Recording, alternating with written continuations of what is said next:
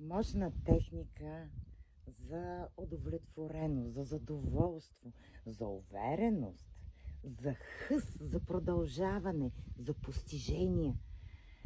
С сладостта от любопитството да опиташ, да пробваш, с усещане за защитеност, доста забавна, влиза дълбоко в нашето подсъзнание. Обикновено там ровичкаме, за да изкараме така наречените отрицателни програми, но там има и положителни, да изкараме малко положителни.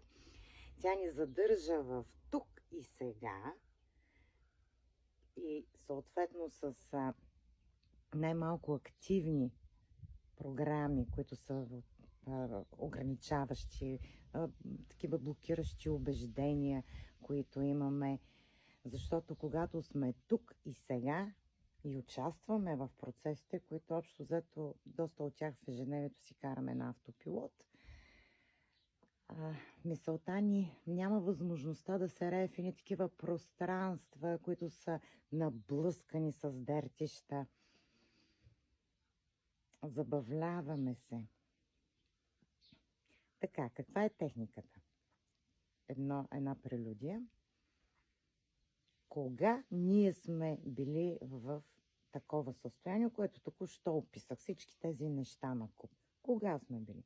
Тогава, когато чрез отробата на мама сме се инкарнирали в това измерение, имали сме около себе си хора, които са ни съдействали, за да можем да се адаптираме в това измерение, да можем да се синхронизираме първо с кое? Това, което е най-близо до нас, него да проучим, това е нашето тяло. Синхронизацията с тялото, така че ние да се научим и това тяло да ни слуша, посягайки с ръчички, лазайки, да се научим ние да слушаме тялото, когато пълним гърнето, а не пелените. И при всички тези по-малки и по-големи наши постижения, ние сме били поощрявани от тези, които постоянно са били до нас, за да ни закрилят. Той сега си я ме закрила, но толкова я пренебрегваме, че тотално я анулираме. И във всяко едно наше по-малко или по-голямо постижение, но при всеки един наш опит, доколко осъзнат, доколко неосъзнат, ние сме чували браво, браво.